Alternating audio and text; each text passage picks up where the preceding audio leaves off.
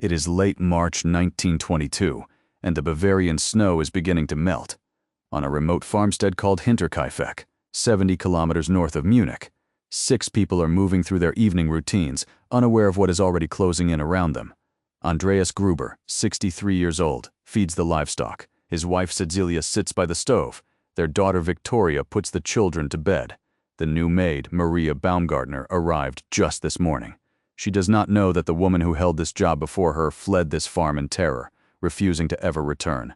She does not know that for weeks, Andreas has been telling neighbors about footprints in the snow, tracks that came from the edge of the forest and led straight to the farmhouse door, but never led back. Someone had walked toward this house and stayed. She does not know about the sounds in the attic, the missing key, or the newspaper that appeared inside the house that no one had bought, and she could not possibly know that when the neighbors finally come to check on this family 4 days from now, they will find something that haunts investigators to this day. The question is not only who killed them, the question is how long the killer had already been there, watching, waiting before a single blow was ever struck. To understand the horror of Hinterkaifeck, you first need to understand just how alone this family was. The farmstead itself, whose name loosely refers to a small settlement tucked behind the larger Kaifeck area, sat deep in the Bavarian countryside between Munich and Ingolstadt, surrounded by dense forest and open fields, connected to the outside world only by narrow dirt roads that became nearly impassable in winter. There were no close neighbors, no one who would hear anything in the night. At the center of the household was Andreas Gruber, 63 years old, a hardened, self-sufficient farmer who had worked this land for decades. His wife Cecilia was 72. Elderly and frail. Their daughter Victoria Gabriel was 35 and a widow. Her husband Karl Gabriel had been reported killed in the First World War, leaving her alone with 2 young children, 7-year-old Cecilia, named after her grandmother, and 2-year-old Josef. The family's reputation in the surrounding villages was, to put it plainly, complicated. Rumors had circulated for years about the nature of the relationship between Andreas and his daughter Victoria, dark rumors that had actually prompted a criminal investigation some years earlier. The case had been dropped without charges, but the gossip persisted. The Grubers kept to themselves. They were not particularly beloved in the surrounding community, but they were known. They were part of the landscape of that corner of rural Bavaria, and in the spring of 1922 they would become infamous across Germany, and eventually across the world. The warning signs came weeks before the murders, and this is where the case begins to take on a texture of dread that sets it apart from almost anything else in the true crime record.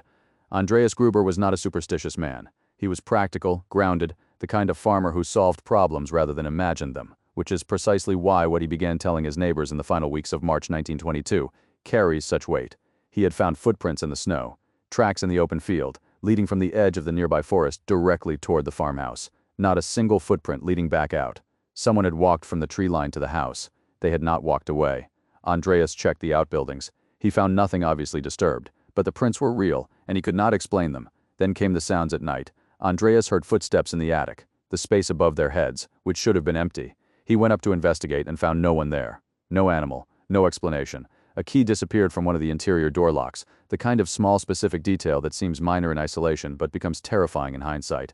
And then a Munich newspaper was found inside the farmhouse, a publication no member of the Gruber family had purchased, delivered or ordered in any way. It was simply there, left behind as if someone had been reading it. The previous maid who had worked at Hinterkaifeck became so profoundly unsettled by the atmosphere of the farm that she quit her position altogether, telling people she believed the place was haunted. She refused to go back under any circumstances. On the morning of March 31, 1922, her replacement arrived, Maria Baumgartner, 44 years old, beginning what she believed was a new job. It would also be her last day alive. April 4, 1922. 4 days of silence. The mail at the local post office had been piling up uncollected. The Gruber children had not appeared at school. No one from the farm had been seen in the village, and no word had come from the property. Under ordinary circumstances, this might simply mean the family had traveled or fallen ill. But there was one detail that did not fit that explanation at all. Smoke had been rising from the Hinterkaifeck chimney every single day since March 31st. Someone was there. Someone was lighting the stove, keeping the fire going, maintaining the outward appearance of a functioning household. Lorenz Schlittenbauer, a neighboring farmer who knew the Gruber family well, became concerned enough to act. He gathered a small group of local men and made his way to the farmstead. When they arrived, the scene was initially almost reassuring. The farm animals appeared to have been recently fed and watered. The property looked, on the surface, maintained. But what they found when they pulled back the hay in the barn ended any sense of normalcy immediately. Beneath the straw lay 4 bodies: Andreas Gruber, his wife Cecilia, their daughter Victoria, and 7-year-old Cecilia Gabriel. Each had been struck multiple times with devastating force by a mattock, a heavy farming tool similar to a pickaxe used for breaking hard ground. The blows were severe, deliberate, and fatal. Inside the farmhouse, 2 more victims: 2-year-old Josef Gabriel killed in his crib, and Maria Baumgartner, the new maid, found dead in her room. She had been on the farm for less than 24 hours. When the Munich State Police arrived and the full dimensions of the scene became clear, they faced a crime that would refuse to yield its secrets for the next century. The Hinterkaifeck crime scene told investigators a story of terrible method rather than frenzied madness. Whoever committed these murders had not panicked. The evidence in the barn suggested a deliberate pattern. Andreas was likely lured out first, called to inspect something in the barn perhaps, and killed, then Cecilia, then Victoria, and finally the most devastating detail uncovered by forensic analysis conducted decades later. Young Cecilia, 7 years old, appears to have survived the initial attack. She had torn out clumps of her own hair. The forensic evidence indicated she had been conscious in that dark barn, surrounded by the bodies of her grandfather, her grandmother, and her mother, for some period of time before she too was killed. That particular detail demands a moment of stillness. It is one of the most haunting facts in the entire record of this case. Inside the farmhouse, the infant Joseph in his crib and Maria Baumgartner in her room were killed separately, which tells investigators that the perpetrator moved between the barn and the house with calm deliberation. There was no frenzy, no haste, no sign of panic. The killings were controlled and purposeful. The mattock used as the murder weapon was never recovered. Not then. Not in any subsequent search across the following century. The killer took it or concealed it so completely that it has simply never been found. No foreign fingerprints were identified at the scene. Crucially, the farm had not been robbed. Money and valuables were left entirely untouched.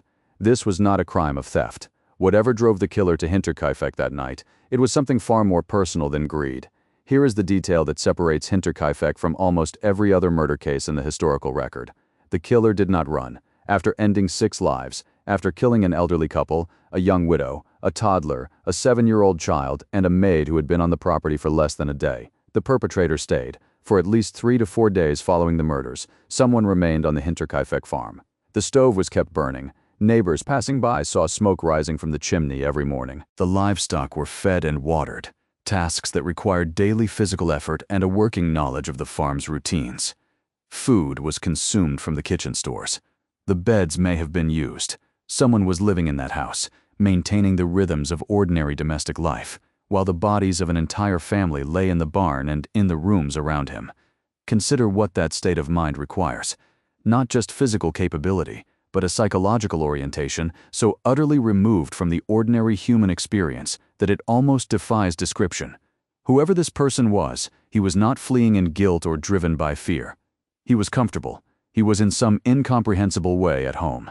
And when you hold that detail alongside everything that came before, the footprints in the snow that arrived and never left, the sounds in the attic during the night, the missing key, the newspaper from nowhere, a picture forms. Investigators believe the killer may have been occupying the outbuildings, possibly even the attic itself, for days or even weeks before the murders occurred. He was watching. He was learning the rhythms of the household, the hours the family kept, when they were most vulnerable. The Grubers sensed something. Andreas tried to warn his neighbors. They were right to be afraid. He was already there. German police interviewed more than 100 suspects in the Hinterkaifeck case across the months and years following the murders. Not one was ever charged. Not one was ever prosecuted. But 2 names have persisted across a century of analysis as the most discussed candidates. The first and most persistently named is Lorenz Schlittenbauer, the very neighbor who organized the group that discovered the bodies on April 4, 1922. Schlittenbauer had been romantically involved with Victoria Gabriel. Local gossip in the surrounding villages held that he was the biological father of 2-year-old Josef, though this was never formally established. He had an active financial relationship with the Gruber family and had been in documented conflict with Andreas over money. But the most striking detail about Schlittenbauer was observed by the other men present on the day the bodies were found. When the group entered the barn, witnesses later recalled that Schlittenbauer walked directly and immediately to the specific location where the bodies lay concealed beneath the straw, without hesitation, without searching, without uncertainty, as though he already knew exactly where to look. He was questioned by police on multiple occasions across the investigation. He was never charged. He died in 1941 without ever admitting to anything. The second major suspect is Carl Gabriel, Victoria's husband, officially recorded as killed in the First World War. Some investigators and researchers across the decades have raised a provocative possibility. What if Carl Gabriel was not actually dead? What if he had survived the war and returned in secret, discovered his wife's relationship with Schlittenbauer, or encountered the darker rumors surrounding the household and acted in a rage of jealousy or vengeance? The theory is compelling in structure. It is also entirely unverified. No evidence has ever confirmed Carl Gabriel survived, and yet it cannot be completely dismissed. The original investigation into the Hinterkaifeck murders was, by any modern measure, severely compromised from its earliest days. In the weeks following the discovery of the bodies in April 1922, investigators made a decision that strains credulity even for the era. The skulls of the 6 victims were removed from their bodies and sent to a clairvoyant in Munich, a psychic, in the hope that she might supernaturally identify the killer. She could not. The skulls were subsequently lost. They were not recovered until 1924, and by that point the careless handling of the remains had destroyed whatever forensic potential they might have held. The crime scene itself had been badly compromised even before trained investigators arrived. Physical evidence was not systematically documented. Witness testimony was gathered inconsistently. The investigation stumbled, stalled, and eventually went cold. After the Second World War, the case was formally shelved. It remained officially inactive for decades, but it was never truly forgotten. In 2007, a group of criminology students at the police academy in Fürstenfeldbruck undertook the Hinterkaifeck case as a serious academic project, the most systematic and rigorous review of the available evidence since the original investigation.